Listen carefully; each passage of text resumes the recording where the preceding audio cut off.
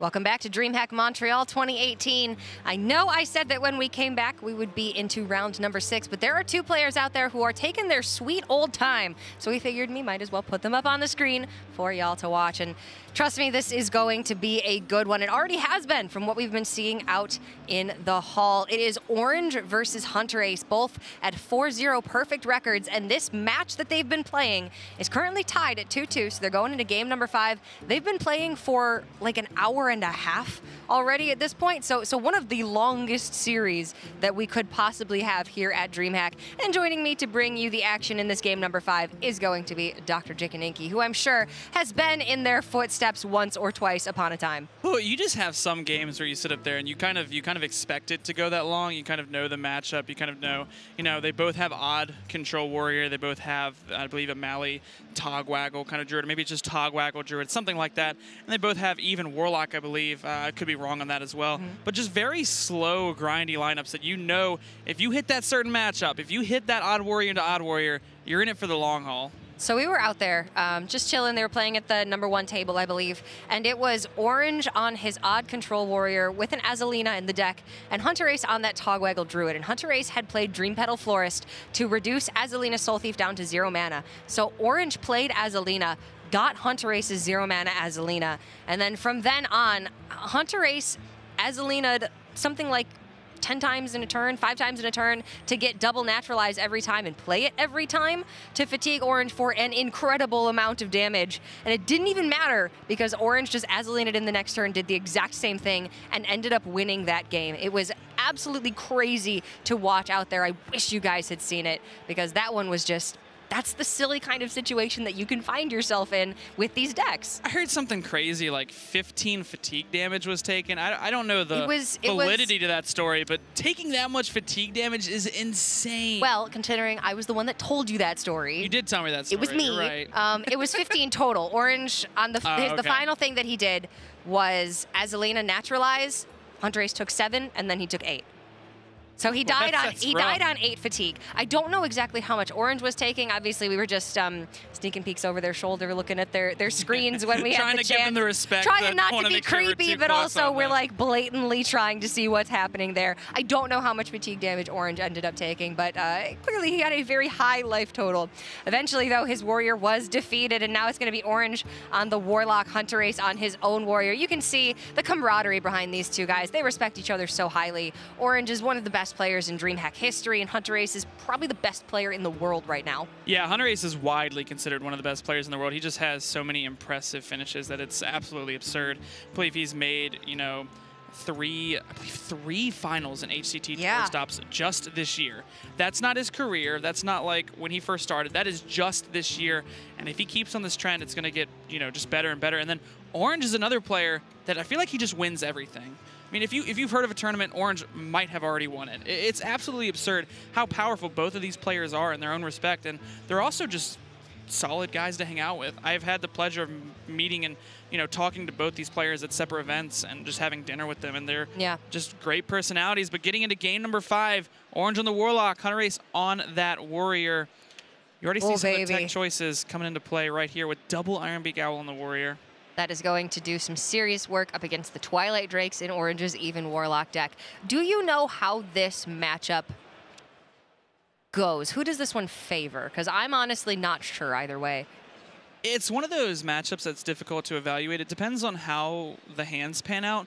If Orange can get to that early Mountain Giant, that early Twilight Drake, and Hunterace doesn't have a clear answer for it, I mean, it just kind of solos the game by itself. That's something that Warlock aims to do. But if Hunterace can, weather the first storm of like the first Giant, and then Orange's hand becomes a little awkward with, say, Hellfires and Spellstones, then Hunterace just kind of hero powers, takes a bit of damage, cruises. But you have to remember that Gul'dan is also a very powerful card in what it can do. And Hunterace's list may not be the most teched for this particular matchup. You see Whirlwind. Whirlwind's typically a nod to Token Druid being one of the most popular decks through the tournament. And with that tech card, it's going to get a little bit more difficult, whereas it would maybe possibly be something a little bit greedier. Yeah, that's a good point. Hunterace is going to be primarily looking for a shield slam to get that first Mountain Giant out of the way. You do obviously have the upgraded hero power, so Hunterace can tank more hits than a traditional warrior would be able to, but because he has that upgraded hero power, you don't have Execute, you don't have Warpath, it's going to be that much harder to actually remove the minions that Orange plays. Reckless Flurry, however, can clear off this Mountain Giant really nicely. Here's a prime example. If Hunterace did not find this Reckless Flurry, and let's say it was insert random odd cost warrior card here. That was not Reckless Flurry. Yeah. He would have no Big answer Game Hunter. for this giant. Yeah, Big Game Hunter would be a little bit too late. Big Game Hunter wouldn't be that bad. But if it were any of the other cards like Mind Control Tech, the second Whirlwind, the second Super Collider, this Mountain Giant would just continuously to push that 8 damage turn after turn, and Hunterace would just have to maybe put a taunt minion in the way or try to contest it, and then eventually Orange is going to, you know, play something else, and Super Collider doesn't really do its job as well against even Warlock as it does against, say, Zulok. So if this Giant were to be able to push a lot of damage, then it basically ends the game there. But with Hunterace having that first answer to the Giant, which I would not be surprised if he goes ahead and plays the Reckless Flurry, I'd actually be a little shocked if he didn't, because you're never going to have enough armor to kill off this Giant in the future unless you top deck something like a shield block. But if you're at that point, then you have to fit in the hero powers. It gets convoluted. This was a very clean answer to the Giant. This matchup definitely favors the Warrior the longer it goes on. Because this is an even Warlock, they do have a limited number of resources, a limited number of threats, and the Warrior essentially just needs to remove all of those threats. They use the health total to be able to tank all of these hits so that they have the time and the capability with cards like Super Collider to remove all of the minions that Orange will play. And though Blood Reaver Gul'dan is a very powerful card, it's a very powerful swing for, you know, 6 points of health every single turn, and will favor the Warlock over this upgraded Warrior hero power, because there aren't that many powerful demons in the deck for Orange, the Gul'dan summoning swing isn't going to be as good as if this were a cube Warlock. So the longer it goes, Hunterace should be able to gain control of this matchup. And you see that Azalina Soul Thief in the deck as well. If Hunterace gets to a place where maybe he just has a bunch of useless tech cards in hand, ones that don't really operate very well in this matchup, you can just Azalina for your opponent's resources, and then you have essentially perfect information about what your opponent is working with at that point.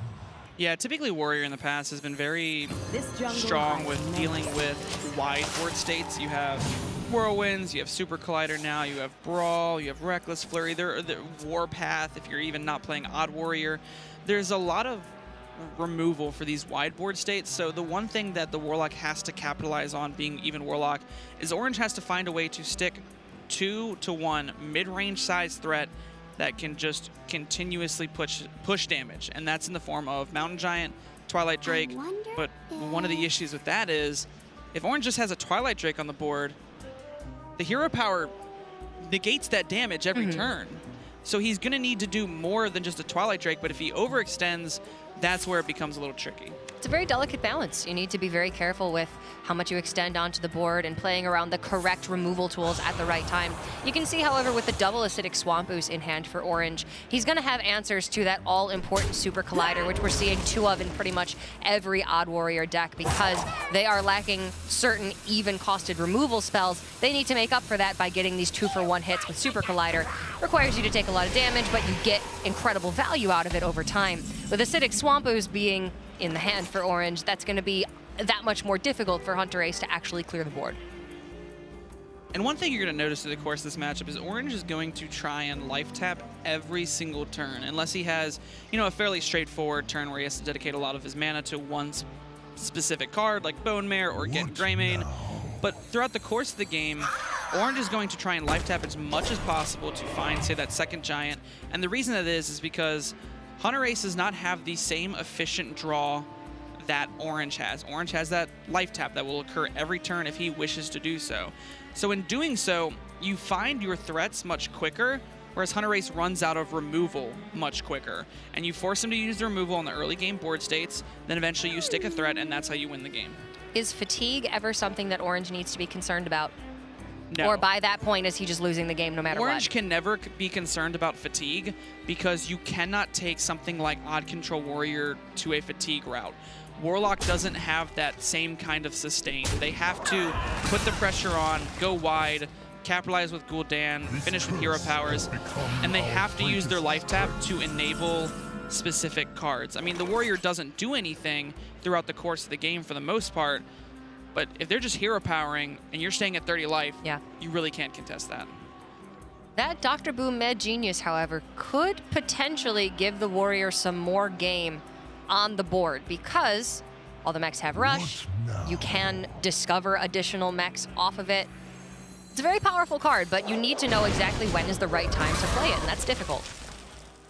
Yeah, and I'm a little curious as to why Hunterace went for the play earlier on. There was an opportune time to commit the Ironbeak Owl onto, say, the Twilight Drake in order to put it to 1 health. That way either a Whirlwind can clear it up in the future, or the Ironbeak Owl just immediately contested it on board.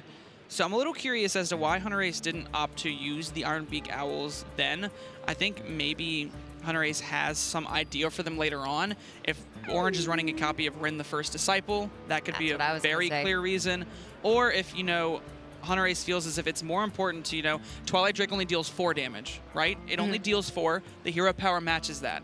But if a Hooked Reaver comes out, it will deal 7. So if he can nullify it to dealing 4, the hero power does its job, forces Orange to commit more to the board, and then he can use his other cards. I think one of these owls is absolutely slotted for that Rin the First Disciple. And Hunterace was simply saying, I can afford to hold this second owl back because this first Drake is not that much of a threat. Maybe I'm not going to have removal for that second Drake. Maybe I'm going to need the second owl. So he just didn't feel the need to play it just yet. And here you see a Bone Mare, another prime target for that Ironbeak Owl. He can go ahead and clean up the majority of the board, has a board of his own. I wouldn't be surprised here if he considered not swinging.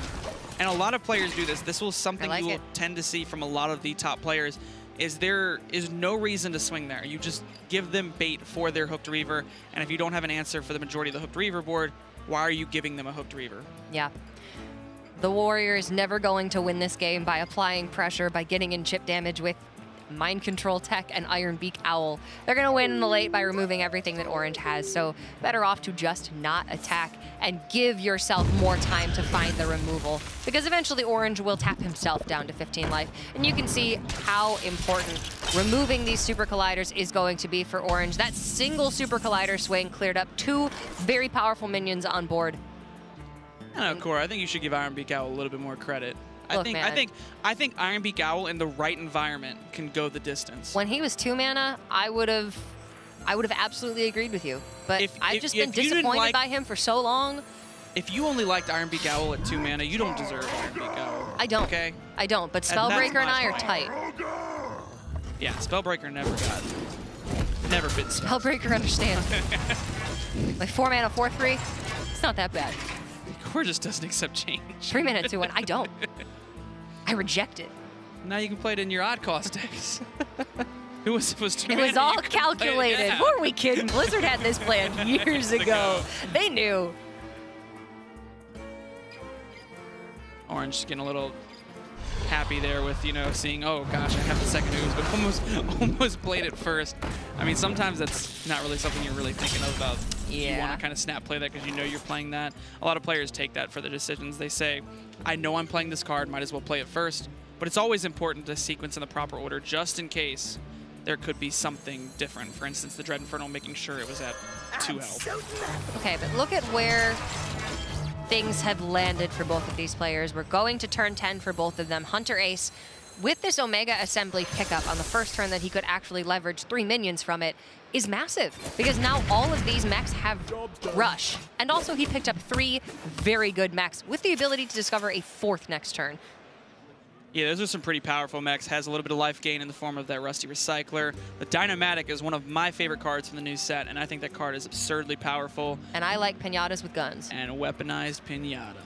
Nothing scarier than a rainbow pinata. Children's birthday party accoutrement with some weaponry. And speaking of birthdays, Jace, I hear that it's Lorinda's birthday.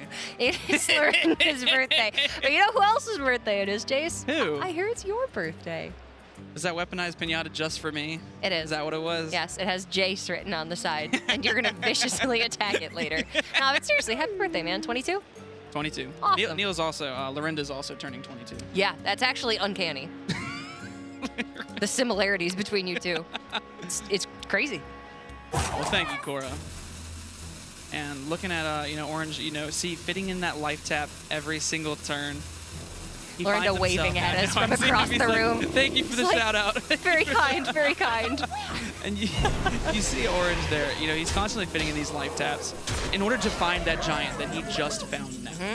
This is a wider board than I think Orange would like to have in play, a little bit weaker to Brawl, but if Hunterace doesn't have the Brawl, this is setting up for lethal here from Orange. And Hunterace does have something that he can do to try and offset that. Dinomatic plus Zilliax is quite strong, will heal him for 6 health and potentially clear up that Acidic Swamp Ooze, or not. Oh, I think that was a little unfortunate for Hunterace. It looked as if it was going to clear off the Vulgar Homunculus. Would have been the best case scenario. Would have been able to attach that Zilliax and then clean up that Dread Infernal. But not clearing off that Vulgar Homunculus means that he's going to have to potentially just take a value trade into it. And maybe I wouldn't be surprised to see him take a value trade and then maybe play the Zilliax or the Rusty Recycler as its own minion. Can Hunterace even survive here? Needed to deal 1 more damage to the Dread Infernal to be able to clear that with the Dinomatic. Well, I think if he goes Rusty Recycler here, puts that into the Vulgar Homunculus, puts it at 4 health, which makes it very awkward, and then puts the Dinomatic into the Ooze, that sets it up to where Hellfire can't clear it off, and Hellfire Defile would effectively clear off Orange's own board, forcing him to put one of these minions into it, healing him for 2. Look at the reload that Orange has. He knows for sure that Hunterace does not have Brawl in hand. It would have come down that last turn. Orange can just clean up the Rusty Recycler, hit face for 8, double Hooked Reaver if he wants to. I mean, I guess there is some possibility of getting some kind of crazy out through Weaponized Pinata. I'm not quite seeing it off the top of my head, but I'm sure there's some kind of 6-mana card, because you have to remember the Weaponized Pinata will have Rush, will be able to go into any of these minions, and then can just essentially replay whatever, you know, legendary Hunterace could find. The best position, 6 mana or lower legendary. He could find, honestly, another Zilliax would probably be the best thing that he could find here. I'm sure there's a bunch of possibilities that Hunterace could find here that would actually, you know, just leverage him to a point that he can stabilize. And he might not even need that legendary. Sometimes, you know, Weaponized Pinata plus Zilliax could get there in and of itself. Yeah, then you can open up the ability to find some really big stuff like Deathwing. Because that is a lot of heal. It will be able to clean up the Hooked Reaver that's coming down, and then Orange effectively has to go through it yet again. Oh, Shield Slam, however, is not exactly what Hunterace wants to see right now. That is just a dead card. Hey, so can we Faceless the Reaver, Owl the Reaver, Hero Power for the Microbots, you kill the Dread Infernal. You can't kill anything else, though, and that's still 6 damage through for Orange on board. So in theory, Hunterace would be alive. So I think the play you have to make here is you have to accept that no matter what play you make, you will die to some kind of Spellbreaker. You have to accept that first, and then you have to evaluate what is better. Okay, if you go for the Weaponized Pinata Zilliax, you force Orange to attack into it again. So you will gain 7 life. And then if Orange does not have that Spellbreaker, because Hunterace You're dead lose to to that card no matter what. If you force him to attack into it, you heal up 7 again, putting you back to 24 and killing 2 of his minions. This has to be the play here. Unity, precision, perfection. That Shield Slam just coming a little bit too late. Hunterace is close to being able to stabilize. Orange is running out of threats here, but it's looking like it could be too little too late. With that Spellstone, is that enough? Can go ahead and Hellfire Spellstone. 14 through, that's exactly 17 damage, I believe.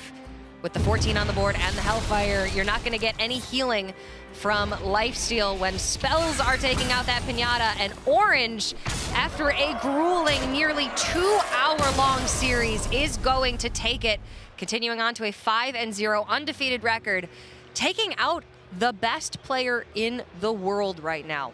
Yeah, that was a very impressive match. I mean, I wish that everybody at home would have seen, you know, the kind of the series build up to that. But I think if everybody at home was watching that series, it would have gone on for quite some time, because they were already playing at, you know, their optimal proficiency and taking every turn in an odd control warrior mirror to evaluate everything and think of every possibility. And you just see there, you see why these two players are some of the best in the world.